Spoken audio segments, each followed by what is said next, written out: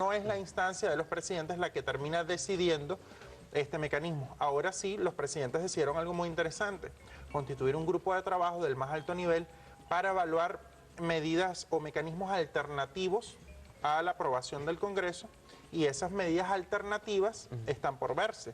Es decir, no está claramente establecido, obviamente por eso están creando el grupo de trabajo, precisamente para evaluar la viabilidad de otro mecanismo en que Venezuela pudiera participar como miembro pleno del Mercosur. En todo caso, lo que es relevante es lo siguiente: la calidad de miembro pleno, digamos, es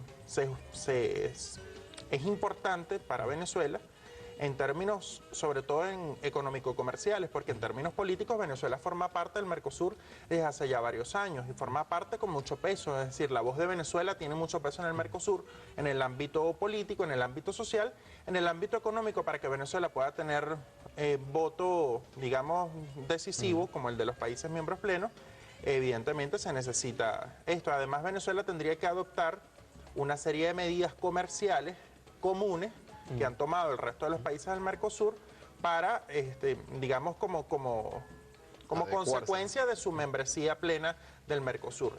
Eso es, digamos, la consecuencia inmediata de ser miembro pleno. Pero en lo político nosotros somos miembros del Mercosur desde hace ya bastantes años y, digamos, tenemos un peso específico y un respeto también ganado por parte de los otros países. Los 4 gobiernos de las 4 naciones fundadoras del Mercosur han aprobado el ingreso de nuestro país como miembro pleno y solamente, como tú lo decías, falta la aprobación del Congreso paraguayo. Los parlamentarios que de algún modo vienen haciendo oposición a la petición venezolana, en esa instancia han señalado, entre otras cosas, necesidades o falta de avances en materia democrática en nuestro país y respeto a derechos humanos. Son algunos de los elementos que han esgrimido para oponerse a la petición venezolana. ¿Qué opinión te merece eso? Fíjate, el presidente Chávez hablaba de intereses inconfesables. Y, digamos, yo entiendo por qué el presidente no enfatizó cuáles eran esos intereses. Pero evidentemente nosotros lo podemos decir acá, esos intereses están ligados con una programación imperial. Los intereses de la oligarquía y la burguesía paraguaya que están enquistados en el Senado, en la Cámara de Diputados del Congreso de Paraguay, están ligados con un saboteo imperial del proceso de integración que está en marcha.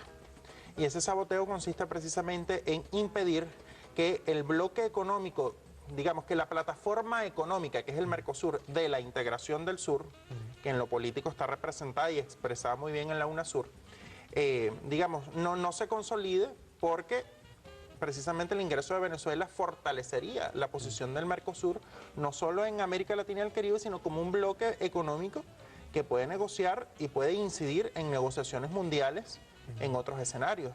Y eso es lo que temen precisamente Estados Unidos y otros países, que el Mercosur se consolide como la gran plataforma económica de la integración del sur y que de esta manera pueda tener incidencias mucho mayores, ya con una potencia petrolera mundial como nosotros, como miembro pleno, en negociaciones en la Organización Mundial del Comercio, en el Fondo Monetario Internacional, etcétera, y en las negociaciones del G20.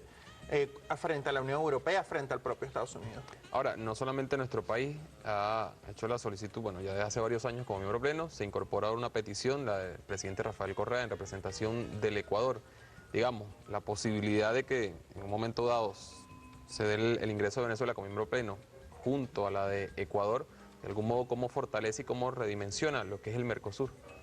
Bueno, fíjate, Ecuador sería la salida al Pacífico del Mercosur. Un miembro pleno que tenga la salida al Pacífico implica una serie de consecuencias económico-comerciales muy importantes para los países miembros plenos del Mercosur. Al mismo tiempo, Venezuela representa la salida al Caribe y, más allá de eso, tiene una consecuencia política muy clara. Y estamos hablando que los gobiernos progresistas se están uniendo en lo económico para poder enfrentar los grandes desafíos de las crisis económicas mundiales y, al mismo tiempo, digamos, sentar la vanguardia en las posiciones políticas de la propia UNASUR.